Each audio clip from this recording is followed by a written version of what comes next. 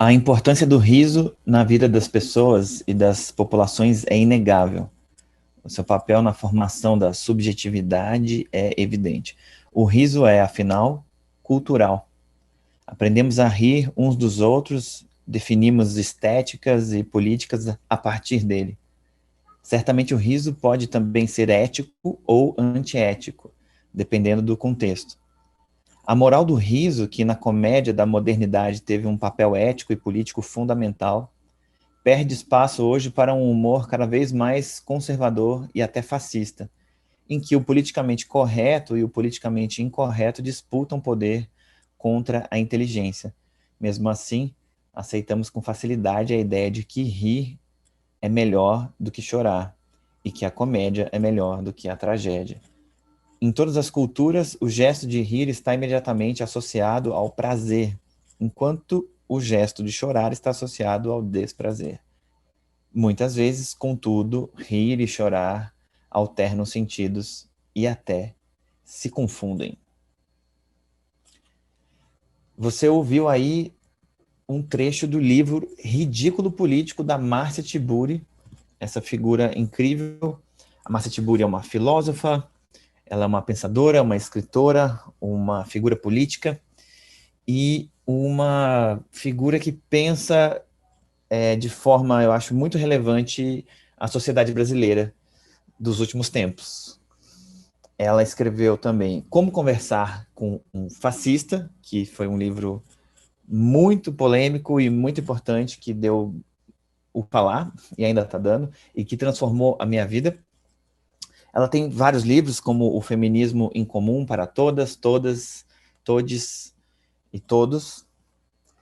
E o seu último livro é o Como Derrubar o Turbo Tecno Macho Nazifascismo, ou seja lá o nome que se queira dar ao mal que devemos superar. Márcia Tiburi. Bem, eu li vários livros dela, não todos, estou lendo inclusive o último.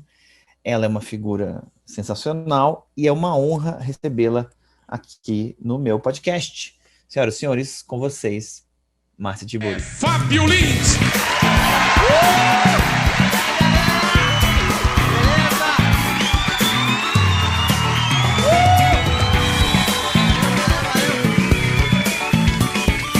Maravilha! Podcast do Fábio Lins. A importância do riso na vida das pessoas e das populações é inegável. Seu papel na formação da subjetividade é evidente. O riso é, afinal, cultural. Aprendemos a rir uns com os outros, definimos éticas e políticas a partir dele. Certamente o riso pode também ser ético ou antiético, dependendo do contexto. A moral do riso, que na comédia da modernidade teve um papel ético e político fundamental, perde espaço hoje para um humor cada vez mais conservador e até fascista, em que o politicamente correto e o politicamente incorreto disputam poder contra a inteligência. Mesmo assim, aceitamos com facilidade a ideia de que é melhor do que chorar, e que a comédia é melhor do que a tragédia. Em todas as culturas, o gesto de rir está imediatamente associado ao prazer, enquanto o gesto de chorar está associado ao desprazer. Muitas vezes, contudo, rir e chorar alternam sentidos e até se confundem. Pessoal que está ouvindo, vocês ouviram um trecho do Ridículo Político, da Márcia Tiburi, que é um livro sensacional, que eu li e eu não consegui parar de marcar. Eu passei marca-texto tipo, em todas as páginas. Assim. Eu falei, isso é importante, isso aqui também é legal, isso aqui. Aí eu fui marcando tudo. Hoje eu vou conversar com ela aqui no podcast. Ela é a autora desse livro aqui, Como Conversar com Fascista, que é um livro que, de fato, é incrível, que mudou a minha percepção real sobre muitas coisas. Entre outros livros, ela tem O Feminismo em Comum para Todas, para Todes e Todos, e o seu último livro que está aí agora circulando as livrarias e tudo mais, que é o Como Derrotar o Turbo Tecno Macho Nazifascismo, ou seja lá o nome que se queira dar ao mal que devemos superar, entre outros livros que ela tem, né? Esses não são todos, esses são os que eu tenho aqui em casa, e eu estou lendo, inclusive, o último. Seja muito bem-vinda, Márcia Tiburi. Obrigada, Fábio Lins. Prazer estar aqui com você. Muito prazer. Eu queria começar lembrando... Primeiro, na verdade, eu estou até perdido. Tanta coisa que eu queria ouvir, falar contigo. Sobre esse trecho que eu li aí, que eu achei muito, muito legal. Eu, como um estudioso de comédia, interessado em política, eu acho o seu livro, assim, perfeito, assim, né? E as observações, as críticas e o ridículo político que a gente tem vivido é muito, muito interessante. Mas, antes disso, como conversar com um fascista, eu falei com você até lá quando eu fiz o curso contigo, cara, é um livro que, de fato, fez com que eu transformasse alguma coisa dentro de mim, assim. Poucos livros fazem isso, né? A gente, quem gosta de ler, enfim, lê um monte de coisa e nem tudo a gente absorve, sei lá, nem tudo transforma a gente. O seu livro, Márcia, de fato transformou alguma coisa na minha atitude, no meu movimento, em como eu me desloco na sociedade. Alguma coisa mudou. Porque eu estava lendo o seu livro, lembro muito bem do trecho sobre linchamento, né, que é essa coisa bizarra que os seres humanos desenvolveram aí, né? E o que acontece? Eu presenciei, né, um linchamento, e eu achei muito simbólico, porque inclusive foi em Curitiba, né, que é uma cidade que eu morei lá, não sou de lá, mas morei lá. Eu presenciei um na rua e eu lembrei do seu livro e eu lembrei do capítulo de como você falava sobre essa coisa inconsciente, assim, que as pessoas vão embarcando numa coisa de falta de empatia total e vão batendo numa pessoa e as outras pessoas não fazem nada, ficam assistindo, né? E quando eu chego na rua, de fato era o que estava acontecendo, tinha um círculo de pessoas assistindo um menino sendo espancado por outros 5. Eu lembro do seu livro na hora e isso me dá uma força, me dá uma força de vontade, me dá uma motivação, sei lá, e eu falo, cara, eu preciso fazer alguma coisa porque eu aprendi lá no livro da Márcia que as pessoas não fazem nada e esse moleque aí, né? E aí eu me coloquei, assim, entre o menino que estava sendo espancado e os outros, eu não toquei em ninguém, não bati em ninguém, eu só, de fato, tipo, abri, assim, fiz meio que um escudo, entendeu? E eu ficava falando, para que ele tá sozinho, para. E foi impressionante, Márcia, porque as pessoas não me viram, assim. Foi muito maluco isso, assim, porque funcionou, eles pararam de espancar o menino e foi freando a coisa, mas a minha sensação era, ninguém me viu, porque eles não me olhavam, o menino não me olhou, ele levantou, pegou a capa do celular dele, assim, uma coisa e saiu andando, e as pessoas da roda também não me olharam.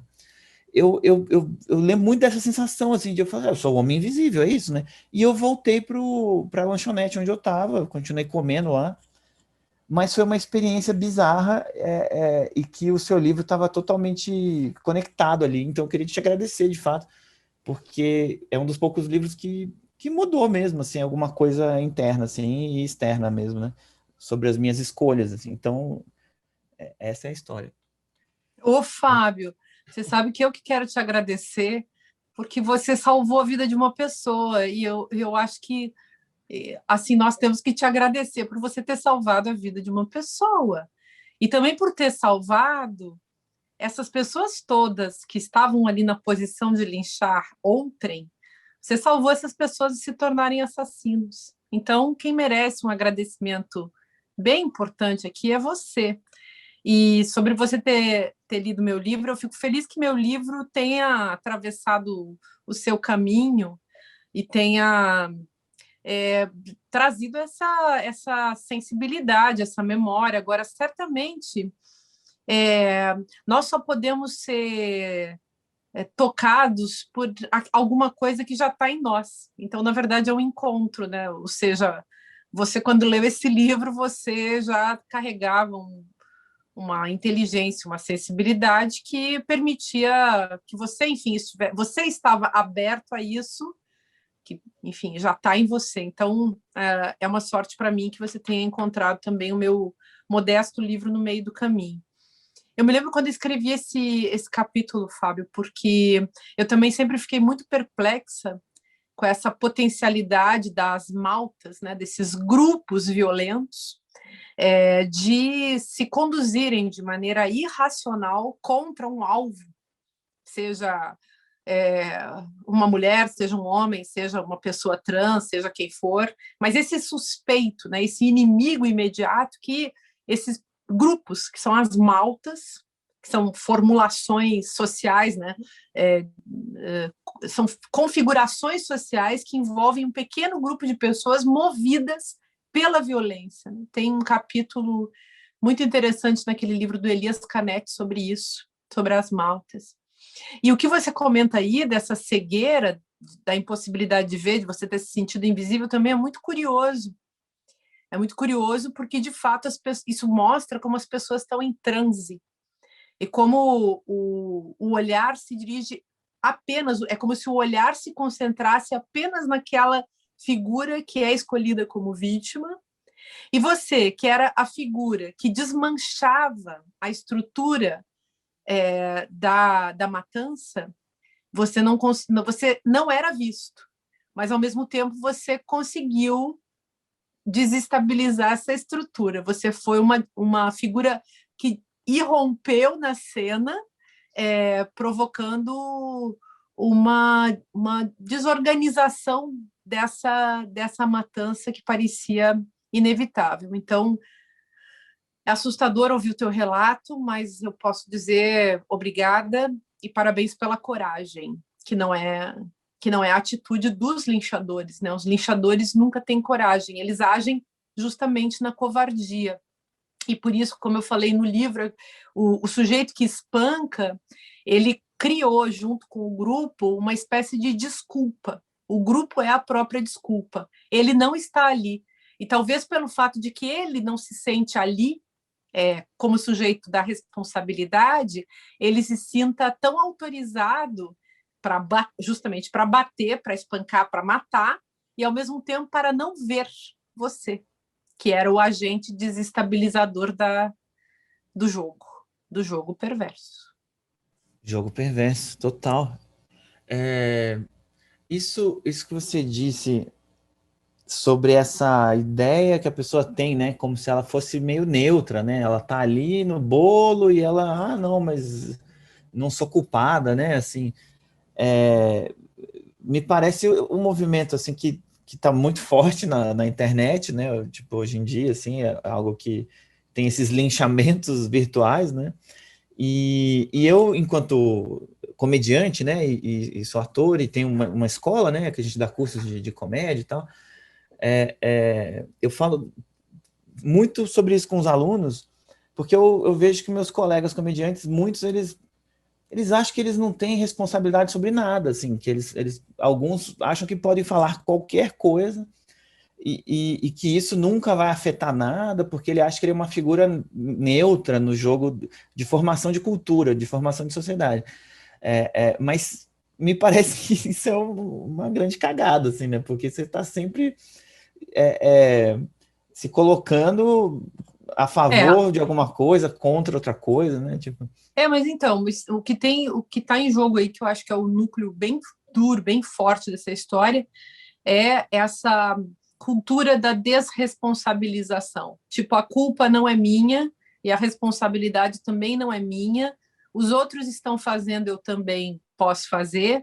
E esse é o jogo ruim, digamos, o jogo dessa perversão coletiva, em que ninguém é sujeito da própria ação, todo mundo coloca a responsabilidade num outro lá, e nessa medida se desresponsabiliza. Então, a culpa é a responsabilidade. Estou usando esses dois conceitos aqui de um jeito muito próximo, né? Então, a culpa é do governo, a culpa é do partido, a culpa é da igreja, a culpa é do judiciário, a culpa é do executivo, a culpa é do capitalismo, a culpa é do comunismo, a culpa é sempre de um outro, não importa quem. A culpa é da mulher, é do PT. A culpa é do PT.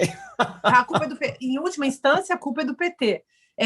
Porque o PT assumiu o lugar foi demonizado, né? Mas o jogo é esse. A culpa é do marido, a culpa é da mulher, a culpa é do preto, a culpa é do branco, a culpa é a culpa é do vizinho, a culpa é de quem está no andar de cima, a culpa é de quem está no andar de baixo. É sempre a culpa do outro. E essa capacidade de se responsabilizar, que demonstra que nós somos sujeitos livres e donos das nossas próprias vidas, isso realmente desapareceu. Mas não desapareceu também num golpe de mágica, desapareceu num processo histórico, que é o processo de subjetivação vamos dizer assim, pela robotização mesmo das pessoas, né? Então, você não é mais sujeito, você é uma máquina que funciona conforme as necessidades do sistema. E, evidentemente, na minha leitura, esse sistema pode ser chamado de capitalismo, porque você, no capitalismo, só vale enquanto você é uma coisa que pode trabalhar, uma máquina para o trabalho, uma res que corresponde aos ditames, às necessidades do sistema que visa lucrar em cima do seu corpo e que vai violentar sua vida, seu corpo, sua alma, seu espírito, sua linguagem, para tirar de você aquilo que esse sistema precisa para sobreviver. Nesse sentido, o capitalismo é uma vampirização completa, uma vampirização sobre o corpo, sobre o espírito, sobre a linguagem, sobre a cultura, sobre as formas de vida. E a gente precisa aprender a viver fora desse registro, sabe? A gente precisa alterar esse registro, porque o capitalismo que está aí funcionando na sociedade também funciona, ele foi introjetado por nós, ele foi interiorizado, suas regras foram interiorizadas. E a gente precisa quebrar com isso. Eu, que sou professora, no meu mundo, preciso quebrar com isso, porque o mundo da educação também é marcado por todo esse sistema de opressão. Aquilo que o Paulo Freire chamava de educação bancária é isso. Você, no seu mundo, trabalhando com humor, também tem que viver trabalhando para quebrar com essa máquina, para poder instaurar outras formas de relação, de compreensão da vida e inclusive de criação, né? Porque esse sistema que é um programa e que programa a gente, ele também oferece, portanto, uma forma de funcionar, uma forma de fazer linguagem, uma forma de fazer o humor, uma forma de fazer o roteiro das coisas, né? Seja o roteiro da vida, seja o roteiro de um filme, seja o roteiro de um espetáculo de humor e por aí vai. Então, é bem delicado, assim, porque a gente tem que desorganizar uma estrutura, que nem você fez no dia que você se atravessou na frente de uma pessoa que ia morrer, ou ia morrer num linchamento. Os linchamentos, assim, podem levar à morte, já aconteceu tantas vezes. Você se colocou numa posição de risco. A gente se coloca numa posição de risco na hora em que a gente entra num sistema pérfido para desestabilizá-lo, porque, digamos, os sistemas da vida, os sistemas que se auto-organizam, os sistemas autopoéticos, que não são perversos, que são criativos e produtivos, esses sistemas eles não fariam mal a um sujeito.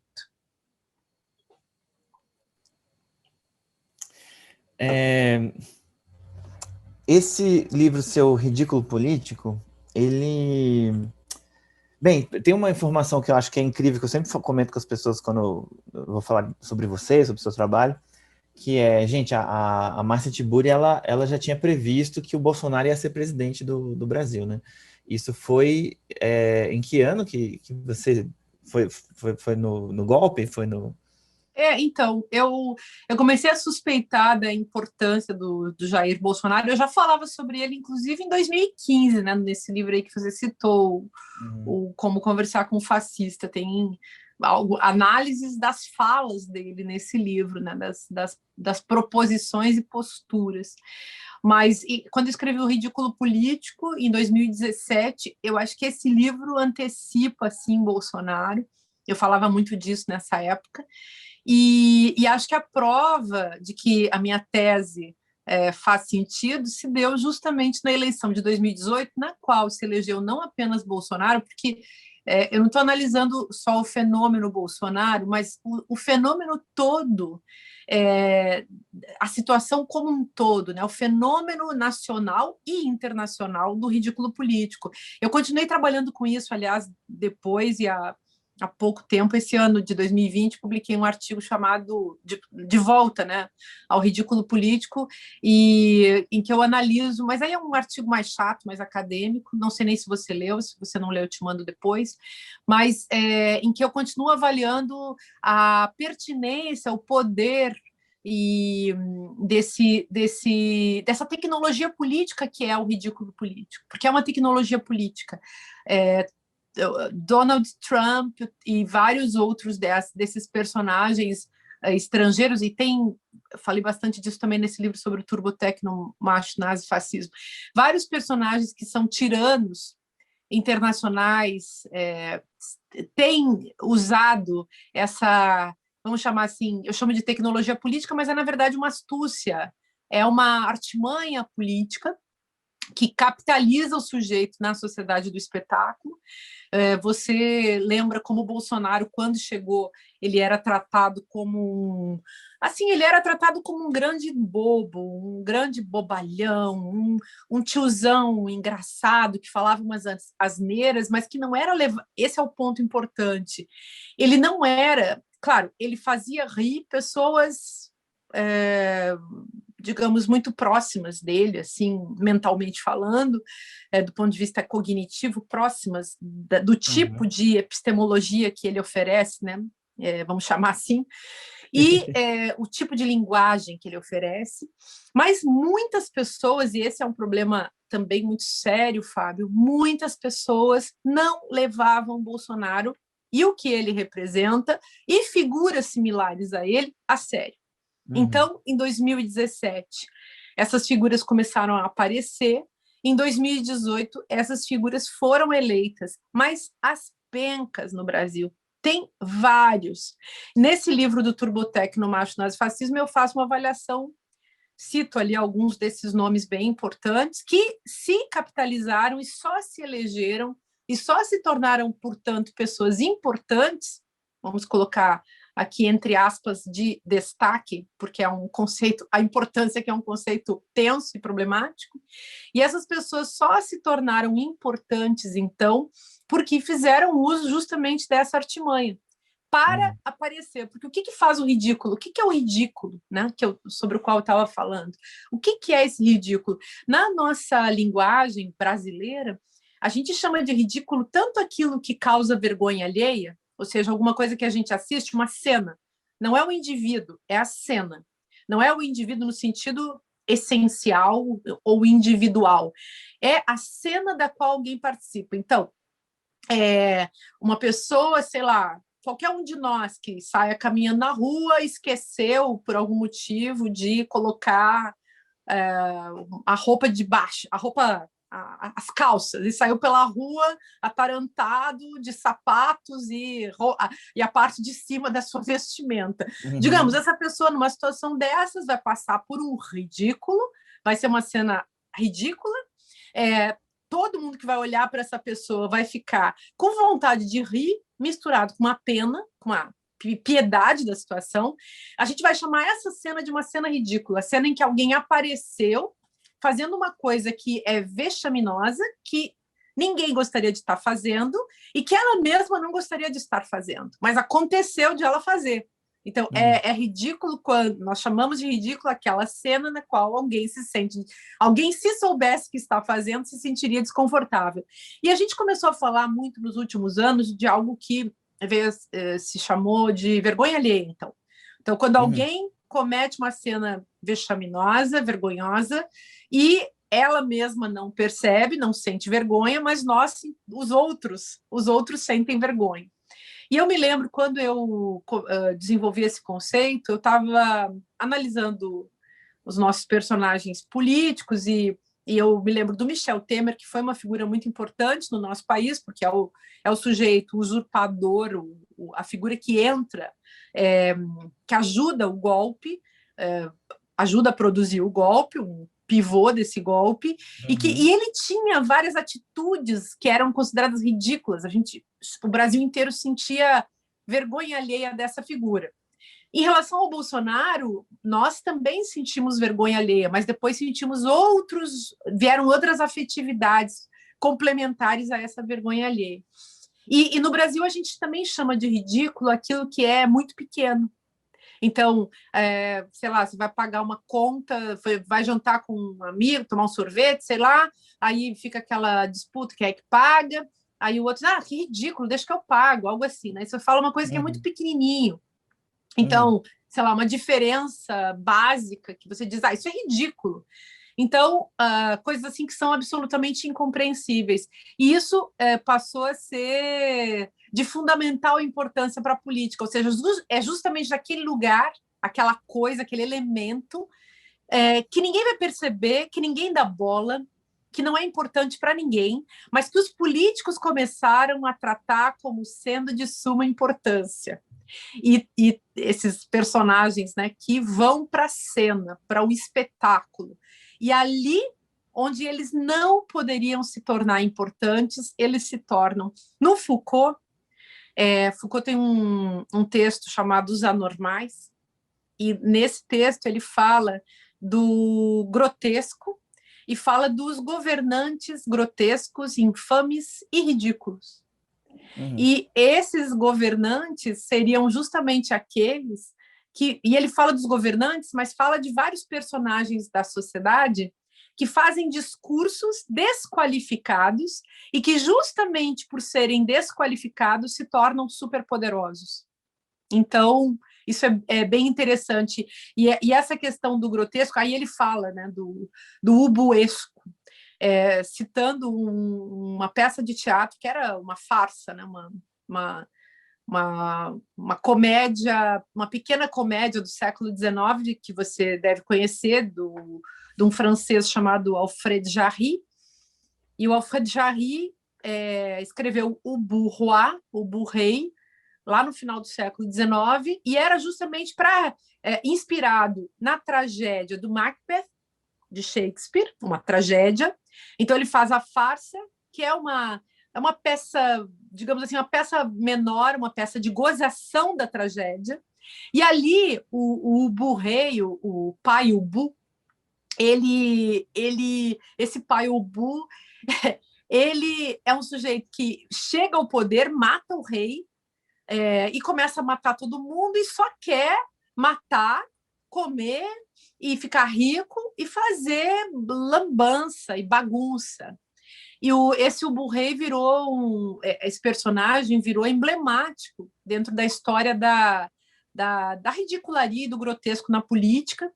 Nesse artigo que eu publiquei, eu vou te mandar para você ver, eu fiz um desenho inspirado em Bolsonaro, que é um Bolsonaro Ubu-rei, e eu aproveitei e desenhei também o Donald Trump Ubu-rei. Então, o Ubu-rei americano e o Ubu-rei, ou melhor, o Ubu-rei estadunidense e o Ubu-rei brasileiro, para contrapor a esse Ubu-rei francês. Porque os franceses têm, a gente tem, mas os franceses também têm a história deles com os governantes ridículos.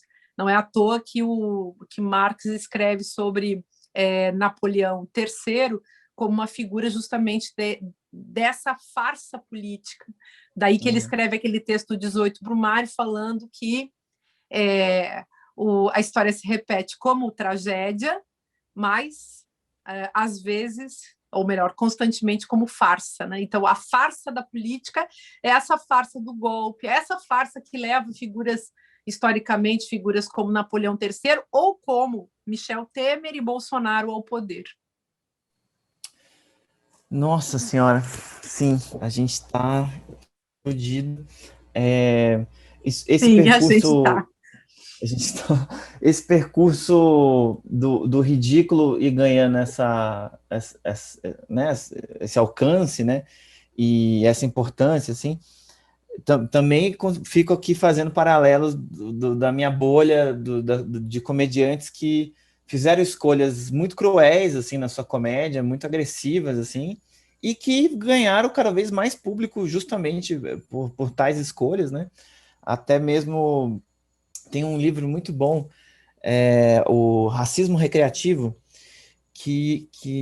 do Adilson Moreira, e ele analisa isso, e ele fala até sobre esse caso assim, né, de comediantes que ainda hoje estão fazendo piadas racistas, né, e estão, assim, lotando teatro, e as pessoas estão lá achando o máximo, né? Enfim, e aí, Márcia, me dá um desespero total, ainda mais agora com os nossos presidentes de Senado e presidente da Câmara, né? Que aí é tipo assim, vamos passar boiada, sem dúvida, né? O Centrão tá comprado, tá tudo, né? E eu fico pensando como que se é resistência, né? O que fazer? Eu tenho essa sensação de impotência constante, assim, né? Como resistir, né? Assim, enfim, você tem alguma sugestão? Isso é muito Olha, pois é muito difícil, mas nós precisamos ser criativos nessa hora. E eu acho que a gente deve tentar olhar para o futuro, sabe, Fábio, para imaginar formas de se viver daqui para frente, respeitando os ensinamentos que a gente adquiriu até aqui com essa história de tantas tragédias e considerando o nosso país massacrado por uma história de colonização, escravização, racismo, machismo. É um país de oligarquias, é um país em que as classes abastadas, exploradoras, que se tornaram abastadas através da exploração, que essas classes ficam submetendo outras classes. É um país onde o pior aconteceu e continua acontecendo, o descaso, quer dizer, como é que um governo do descaso, um governo que promete horrores, promete morte, promete assassinato, promete... Porque é isso que um governo que, ao prometer liberação das armas, ao prometer o neoliberalismo, esse governo promete a morte às pessoas e está entregando essa morte prometida. Como é que as pessoas se entregam a isso? Como é que as pessoas aceitam isso? Então, a lavagem cerebral, a manipulação das massas, tudo isso teve muito sucesso no nosso país e, infelizmente, existe muita gente que ainda está sob essa hipnose política. Eu acho que nós precisamos aprender com tudo isso, quem ainda não aprendeu, e seguir em frente. Eu acredito muito em alguns valores. Eu acredito na solidariedade, na generosidade, acredito muito na verdade e acho que nós precisamos trabalhar com ela. Isso não quer dizer que a gente não deva fazer ficção, mas quem faz ficção sabendo o que é a verdade, faz ficção diferente, seja na comédia, seja na tragédia, seja no drama, seja onde for. Então, esse referencial da verdade eu acho que é muito importante para a gente poder criar, inventar, recriar, discutir, debater, mas sem dúvida a gente precisa instaurar e reinstaurar a verdade no Brasil.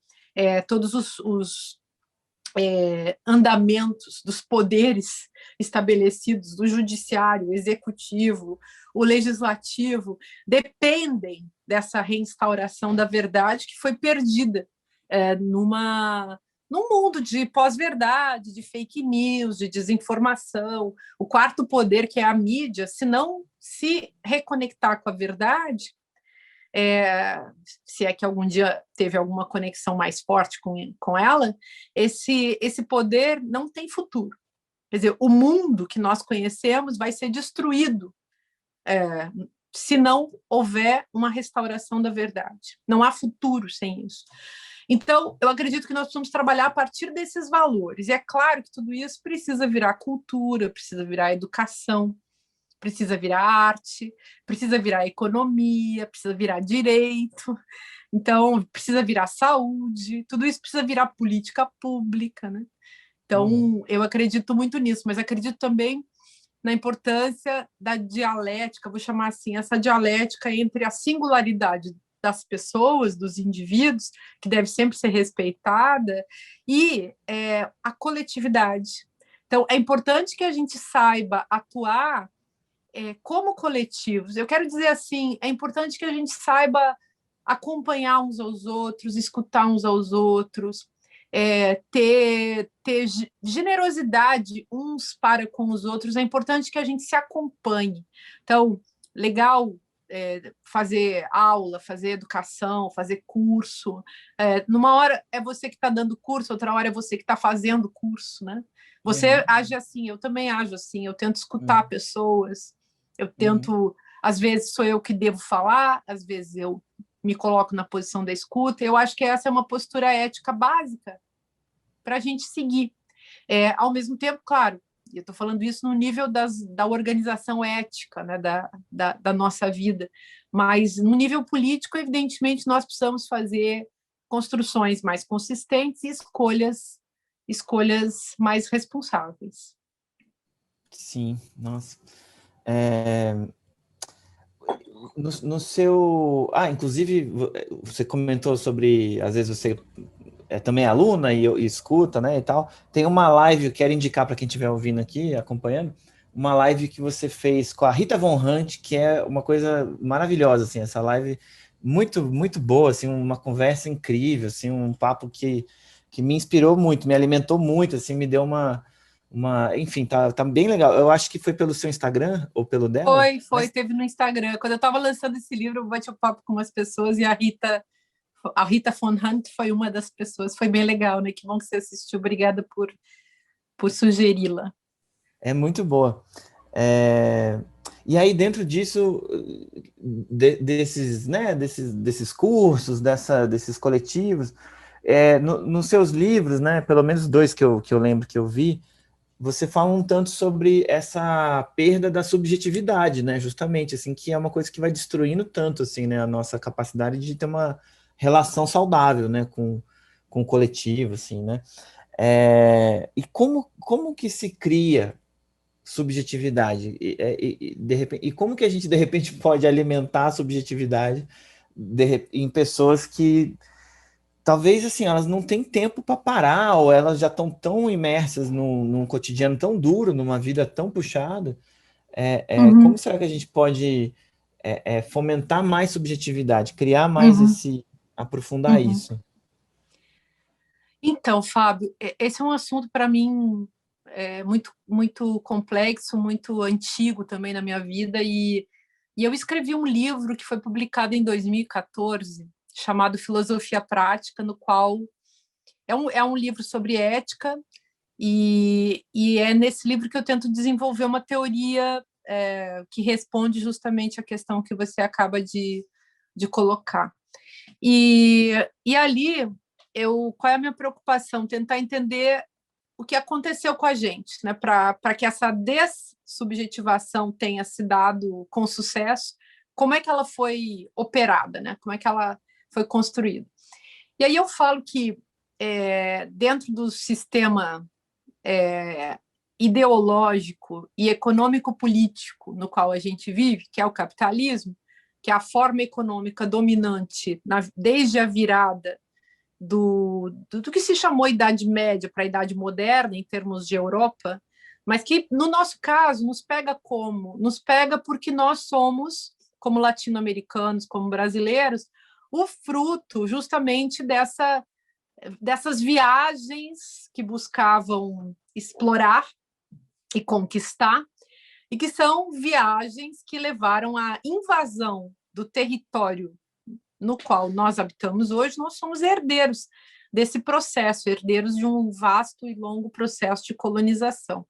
Uma colonização dos territórios, que não cessa de existir até hoje. A terra, o espaço, continua sendo medido pela lógica da mercadoria, e uma colonização também das mentes, né? Então, a nossa mentalidade também é colonizada.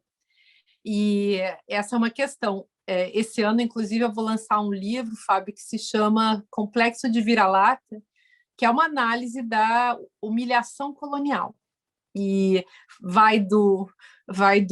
é um livro que tenta fazer a filosofia dessa posição daquele que, justamente por ter sido colonizado, não pôde virar sujeito. E aí que vem a nossa questão, que eu tentei colocar lá nesse livro de 2014, que era o seguinte: esse sistema precisa de corpos, precisa de indivíduos esvaziados de si. Então, o sistema capitalista, o que ele faz para as pessoas? Ele lixivia as pessoas, ele esvazia as pessoas. Então, você tem que ser um robô. A etimologia de robô tem a ver com os robotas, né, que são os escravos. Então, o robô e o escravo são muito próximos. Hoje, para nós, claro, as figuras podem ter outro sentido, inclusive nas narrativas, mas na origem são figuras esvaziadas justamente de subjetividade. Como é que se produz esse esvaziamento? Você precisa produzir um esvaziamento do pensamento. Todos são processos de linguagem, né? Você tira o pensamento das pessoas oferecendo a elas ideias prontas. E clichês. Então, quanto mais frase de efeito, quanto mais frase pronta, quanto menos leitura, porque leitura torna a sua cabeça complexa. Estudar, pesquisar, faz com que você fique complexo. Você não consegue ser esvaziado quando você é uma pessoa complexa. Quanto mais unidimensional uma pessoa por exemplo, se ela fica o dia inteiro vendo televisão, ela vai se formando a partir daqueles conteúdos oferecidos na televisão e ela se torna aquilo. Então, fica mais fácil quando uma pessoa não tem digamos assim, um conteúdo complexo, quando ela está ali com um nível subjetivo bastante raso, é mais fácil levá-la aos próximos níveis de esvaziamento necessários para que essa pessoa se transforme num robô. Então, depois de um esvaziamento dos pensamentos, oferecendo à pessoa ideias prontas, frases prontas, clichês, toda essa conversa no Brasil aí dos ódios, né? O terraplanismo, imagina, terraplanismo, o ódio ao comunismo. As pessoas não sabem nem o que é comunismo, mas o ódio ao comunismo ela tem. Ela não sabe nem quais são as teorias, ela não sabe o que é heliocentrismo, por que houve, por que a ciência, ela não sabe nem o que é ciência.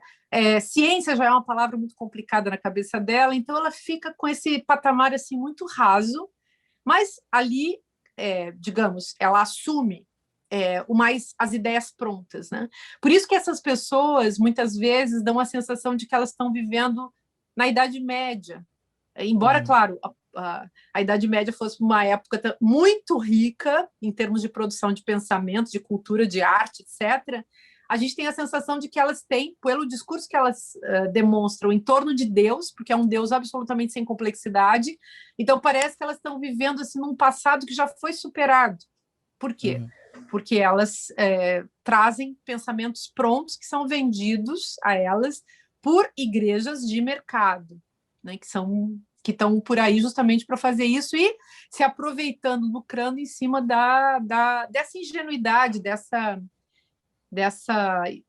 estupidez e dessa imbecilização das pessoas que é produzida pelo próprio sistema, né? Então, bom, aí depois tem um esvaziamento afetivo, então a promoção do ódio, a promoção da frieza, isso que você falou, para voltar lá ao começo da nossa conversa, da narrativa do linchamento. Ali as pessoas precisam estar vazias e frias. O ódio prolifera muito mais em pessoas frias, em pessoas vazias. Então, pessoas complexas tendem a ser mais calorosas, mais cheias de empatia e de compaixão, e se tornam pessoas capazes de acolher a dor do outro e de reconhecer as suas dores pessoais também em si mesmas. Mas essas pessoas frias, que em geral também serão cínicas, elas vão se gabar, inclusive, a gente vê personagens no Brasil fazendo isso hoje, se gabarem da sua própria frieza, né? E, por fim, nesse livro daquela época, eu falava também desse esvaziamento da ação. Então, você não precisa mais pensar no que fazer, você não precisa ser criativo e encontrar alternativas. O que você faz se você caiu nisso, né? Você já tem uma ação pré-programada, assim como os afetos já estão, os pensamentos estão pré-programados, os sentimentos estão pré-programados, você deve falar a frase que já foi falada, a frase de efeito que já foi falada, é um mundo assim com uma lógica publicitária todo o tempo, e as redes sociais promovem isso. Depois você tem sentimentos pré-programados, ódio e raiva e inveja, e por fim, e frieza, E, por fim, porque a frieza é também um afeto terrível, que dá muito prazer às pessoas. E, por fim, uma pré-programação da ação. Então, ir para o shopping comprar alguma coisa. Ficar, sei lá, trabalhar para ganhar dinheiro para ficar rico. Ou assim, hoje no Brasil a crise econômica está tão pesada que a população assim vive numa situação de desespero, mas também essa população de classe média baixa, que jamais teria chance de enriquecer por nenhum tipo de caminho próprio ao sistema capitalista, também essa população cai nas ilusões de que ela pode ficar rica. E a meritocracia tão falada na sociedade brasileira tem a ver com isso, com a crença espalhada, evidentemente, das classes exploradoras para baixo, de que você pode ficar rico e de que você vai ter uma vida maravilhosa em todos os sentidos, sobretudo no sentido econômico, se você fizer por merecer, né? Se for o seu próprio mérito. Então, só para fechar, esse é o conjunto, né, Fábio? Um esvaziamento da subjetividade que coloca nesse esvaziamento, então, do pensamento, da afetividade e da ação, se coloca um programa pronto para que as pessoas possam agir. E nós podemos, digamos, enfrentar isso, primeiro conhecendo essa forma com que o acontecimento se desenha para nós, mas também oferecendo alternativas criativas na contramão disso tudo. Então, aceitar a própria complexidade, investir na compreensão da complexidade própria e da complexidade social, humana, aprender a se relacionar com conceitos, buscar conceitos. E por isso que a gente que gosta de livro, a gente defende tantos livros, porque é nos livros que as pessoas guardam, né? Que a nossa cultura não é só nos livros, mas os livros são meios de comunicação bem importantes como arquivos de saberes que seriam importantes e acessíveis para as pessoas numa sociedade marcada pela alfabetização, pela escrita, pela democracia que passa pelo trânsito do texto, né?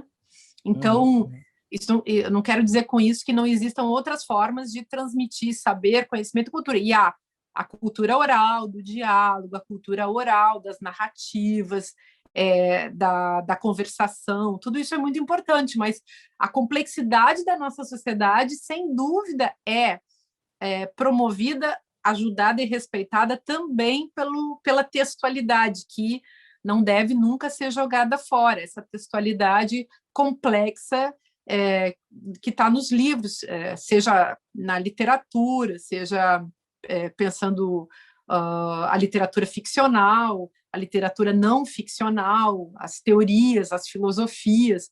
Até, eu estou falando isso pensando muito na importância no nosso país das culturas orais.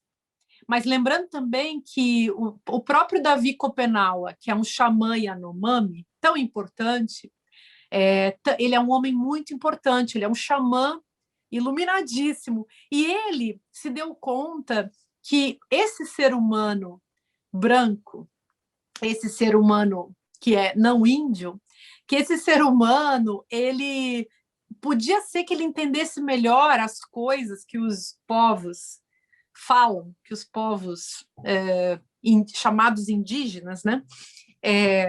Um nome inadequado, mas, digamos, o povo Yanomami quer dizer alguma coisa. Ele pensou, eu vou contar minha história para essa gente que não sabe, não consegue entender o que a gente está falando, e vou falar com eles na forma deles, que é um livro.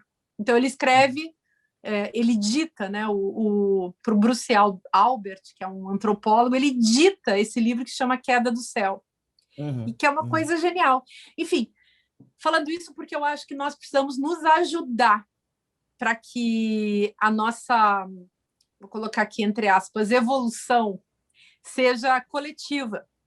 Então, não adianta eu me preocupar com a minha sozinha, nem você com a sua sozinho. É preciso que a gente construa uma qualidade de comunicação que permita com que nós todos avancemos juntos rumo a uma sociedade melhor do que essa, né? Uma sociedade que, por exemplo, a gente chama de democrática, quando é uma sociedade em que as pessoas têm espaço, em que as pessoas podem se expressar, em que as pessoas podem aprender, em que as pessoas têm direitos assegurados, direitos fundamentais assegurados, e podem ter uma vida minimamente justa e boa.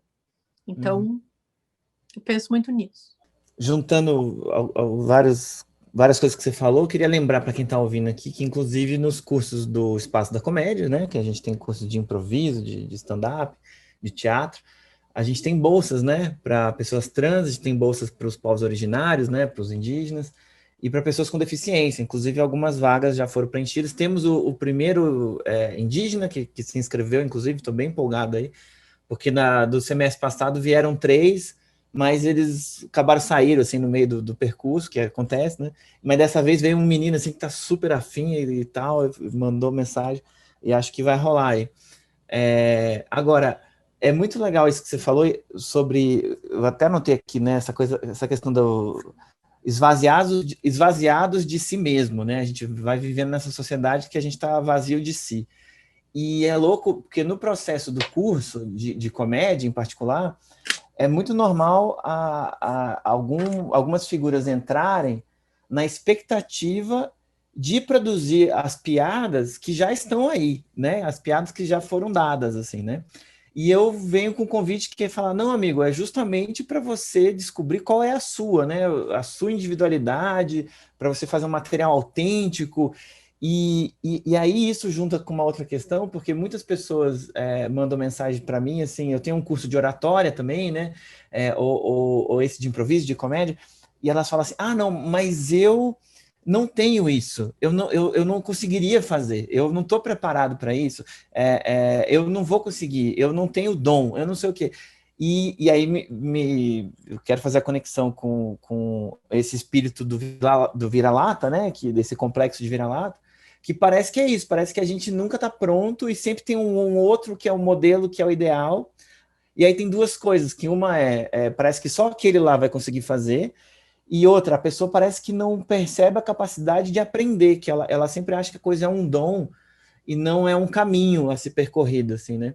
E aí é muito maravilhoso quando as figuras sacam isso, aí vem a potência delas, e aí só para fechar, teve umas turmas de uns anos atrás, eu sempre falo dele, o Paulo Torres, que é um cara, ele é filho de uma prostituta, o cara, ele era assistente de pedreiro, entrou na turma de stand-up, junto de uma turma que tinha um cara que era gerente de um hospital aqui de São Paulo. Então, olha a diferença, né, se encontrando assim. E aí, durante o curso, ele leu 4 livros, porque eu encho o saco para eles ficarem lendo, né? Tem que ler. E ele nunca tinha lido na vida, assim. Aí ele falou, cara, eu li 4 livros em 5 meses. Eu nunca tinha lido. E ele fez o melhor show da turma, assim. Ele foi o melhor, o mais dedicado. O gerente de hospital saiu na metade do curso também, não conseguiu, tal, porque eu acho que talvez queria também essa coisa mais dada, né? Não queria se pesquisar, enfim. Então é muito esperançoso, assim, enfim, não sei se é a melhor palavra, mas é muito bom te ouvir, porque me afirma algumas direções, assim, e me lembra essas histórias. Legal isso que você está falando, Fábio. Sabe o que eu fiquei pensando quando você estava falando? Você sabe que eu fiz faculdade de artes, né? Eu me formei em desenho, né? Tô vendo eu fiz seus quadros aí. Então, eu estou trabalhando muito com artes visuais atualmente. Não sei se você viu esse mês a capa da revista Cult. Não vi. Dá uma olhada depois que a capa, a contracapa, os desenhos de dentro são meus. Então, mas por que eu estou te contando isso? Porque teve uma coisa nessa faculdade que eu tinha muita crise com a faculdade, mas tinha uma coisa que eu levei para o resto da vida e que foi a melhor parte. O tanto que o pessoal falava em processo. Que é uma coisa que na faculdade de filosofia que eu fazia não se falava, porque você tinha que aprender a história da filosofia que estava lá dada nos livros. Então, o negócio era ler tudo isso aí e pronto.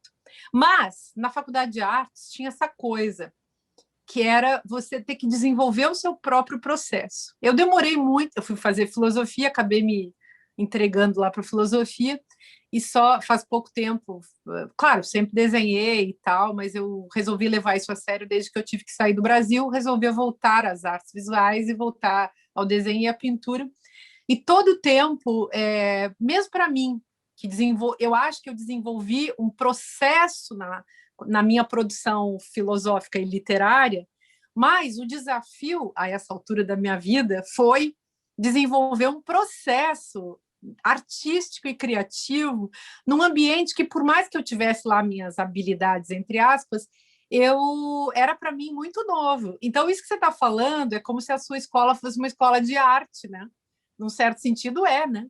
Porque é uma criação, você está lidando com o lado criativo das pessoas e pedindo a elas que respeitem o seu próprio processo, que é essa autodescoberta e essa autoinvenção. Agora, eu estou te contando tudo isso com essa longa volta para dizer o seguinte: a grande oposição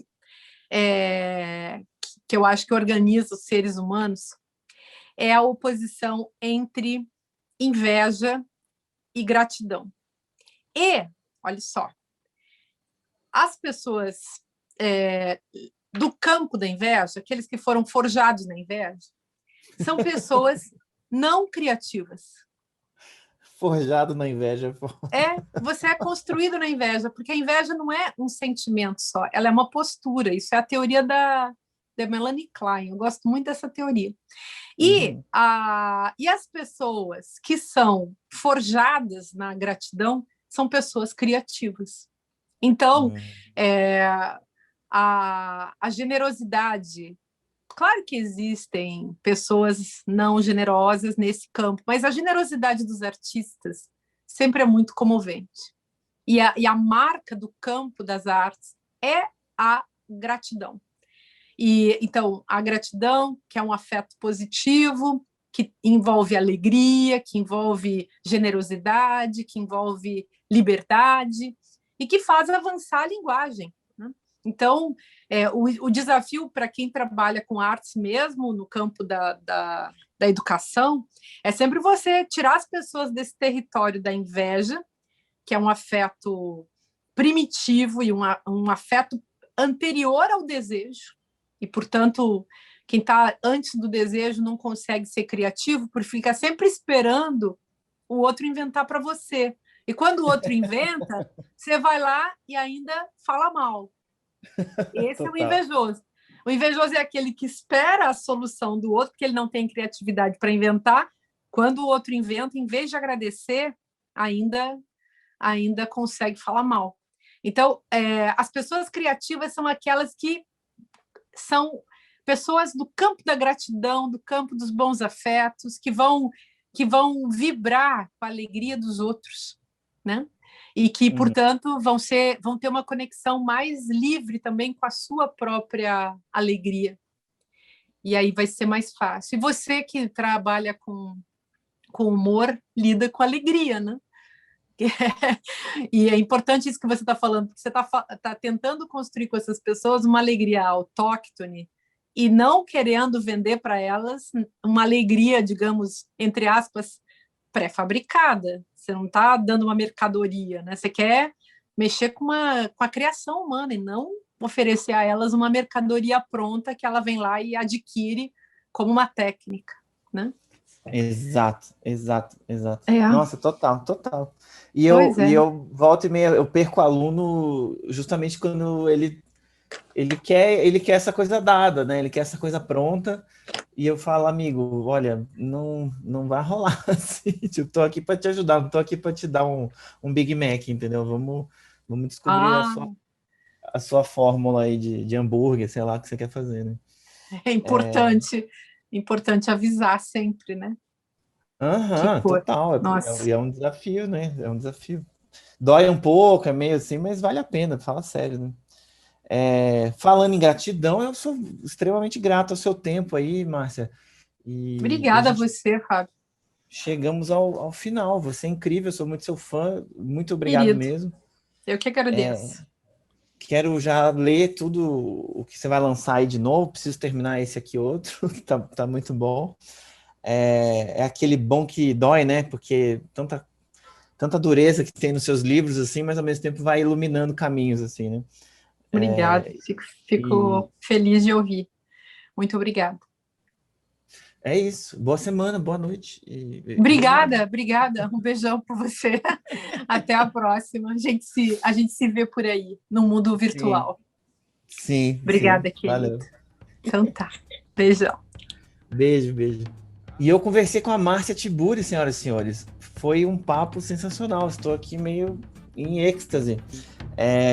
Teria muito mais conversa para fazer, mas a gente tinha um tempo curto combinado. A Márcia, ela mora lá na França, né? Infelizmente, porque ela foi para lá devido às ameaças de morte, né? Que ela começou a sofrer aqui no Brasil, e nesse movimento, né, que mataram a Marielle Franco, começaram a ameaçar o Jean Willis também foi embora. A Márcia também estava num pacote parecido de ameaças e acabou optando por ter que sair do país, assim, né? Algo que ela já deixou nítido, assim, que não é uma coisa que ela gostaria de fazer, não é que ela tá lá na França, ai, que alegria, que bom que eu estou aqui, porque não é fácil ficar longe dos familiares, da sua terra, né? Enfim, com todos os problemas que a gente tem aqui, ainda assim a gente é daqui, e quando a gente fica longe é difícil, né? E Márcia Tiburi, muito obrigado, você é incrível, acompanhe ela, acompanhe os livros dela, esse que está aqui, Como Derrotar o Turbo Tecno Macho Nazifascismo, da Márcia Tiburi, é o livro mais recente, e logo mais vem mais livros aí. Eu queria falar com ela, talvez eu convide ela para um próximo episódio aí, se ela topar, para falar justamente sobre o processo de escrita, né? Porque ela escreve muito, e escreve muito bem, de forma simples que todo mundo entende, assim. Então, vamos ver se a gente marca, tá bom? Obrigado você que ouviu aqui o podcast, lembrando que estamos aí com Instagram, estamos aí no Facebook, estamos no YouTube, estamos no Clubhouse, um monte de rede social nessa desgraça pra gente alimentar hoje em dia, mas estamos aí em várias, então me acompanhe o material e acompanhe os cursos do Espaço da Comédia, improvisação, teatro, comédia stand-up, e os da Márcia Tiburi também, né, porque volta e meia ela tá dando cursos aí, então, inclusive eu fiz um curso com ela na escola Bora Saber, onde eu dei uma oficina lá também, e aí na sequência eu fiz uma oficina com ela e foi muito, muito legal. Gente, muito obrigado. Até o próximo episódio e tchau.